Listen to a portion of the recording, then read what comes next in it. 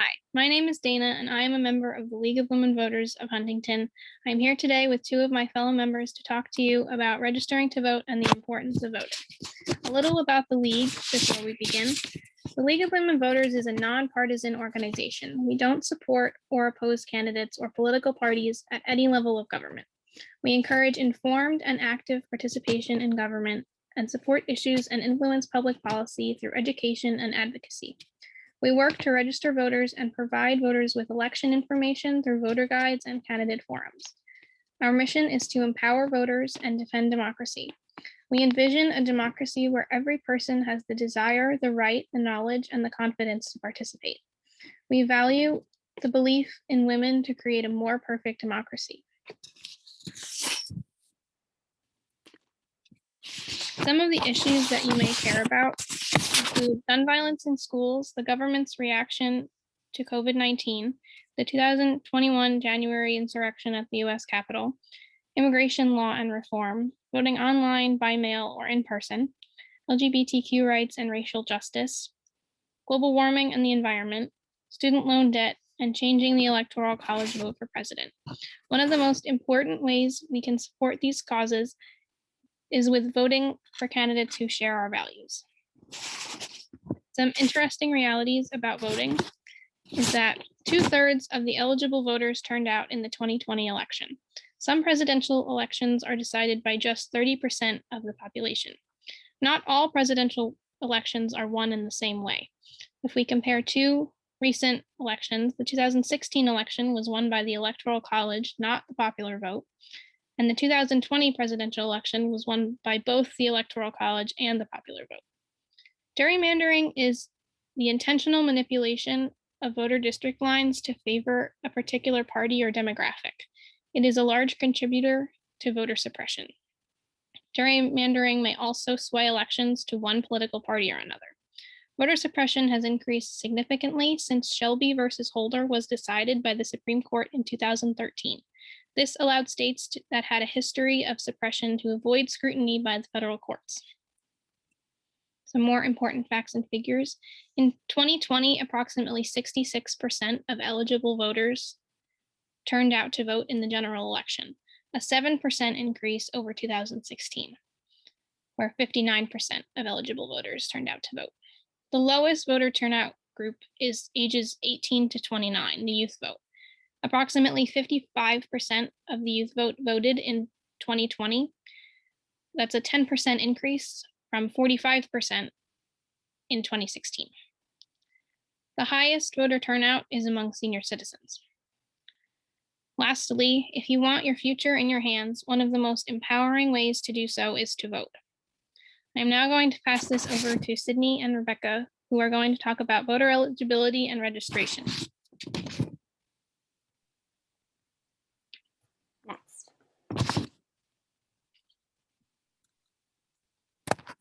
How old do you need to be to register to vote?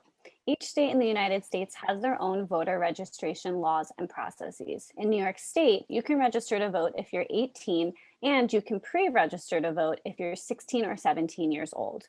You can only vote if you're 18 or older on election day. Next. Where do you register to vote? You can register online at the New York State DMV website, dmv.newyork.gov. Or you can print out a voter registration form from the New York State Board of Elections website, and then you can mail it in to your county board of elections. Next. To go online, you just go to dmv.newyork.gov, and what you'll need to have is your New York State DMV issued driver's license, permit, or non-driver ID. It must be your most recently issued ID, as you'll need the number and the document number. You'll need your current zip code on record with the DMV and the last 4 digits of your social security number. Next. What's on the voter registration form? You'll need to confirm that you're a citizen of the United States. You'll need to provide your birth date, your name, your address, your driver's license number, and the 4 digits of your social security number. You'll be given the opportunity to select a political party as well, which will make you eligible to vote in that party's primary election. You do not have to select a party. However, if you choose not to select a party, you won't be able to vote in any primary election. There's a list of the parties on the form and also an option for no party. Next. A note about the political parties. No matter what party you're registered in, you can vote for any candidate in the general election. Your vote is always confidential, and be sure not to confuse an independent voter with the Independence Party. You do not have to be in a political party. You can choose to be in no party. And all political parties have very specific platforms or stances on issues. You can go to their website to get more information. Next. How do I know I am registered? The New York State DMV will send your information to your County Board of Elections. In approximately 6 weeks, the Board of Elections will mail you a postcard verifying you are registered and informing you of the location you will need to go to cast your ballot on Election Day. If you do not receive a confirming postcard, go to the New York State Board of Election website and enter your information to confirm your registration. Next. How do I register by mail? Go to the New York State Board of Election website. There are voter registration forms in English and Spanish that you can print out, fill out, and mail to the Suffolk County Board of Elections. Next. What is an absentee ballot and how do I get one? An absentee ballot is a ballot you request ahead of time if you will be out of the country on Election Day or are disabled or taking care of someone disabled, and you will not be able to vote in person. You need to request the absentee ballot weeks ahead of an election and then fill it out and mail it in. College students who go away to college are a good example of someone that would request an absentee ballot.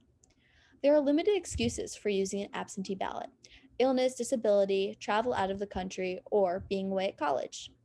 Normally, you must download an application and mail it to your county board of elections, and then they will mail your ballot. Next. When and where do I vote in person? You will be mailed a postcard from the Suffolk County Board of Elections 6 weeks after registering to vote, and that tells you where your polling place is. In addition to Election Day, there is now early voting in New York State. Locations of early voting sites may be different than your regular voting place. Dates and places will be posted on the Suffolk County Board of Elections website. If you will be away at college, you can apply for an absentee ballot to be mailed to you. Do it way ahead of time.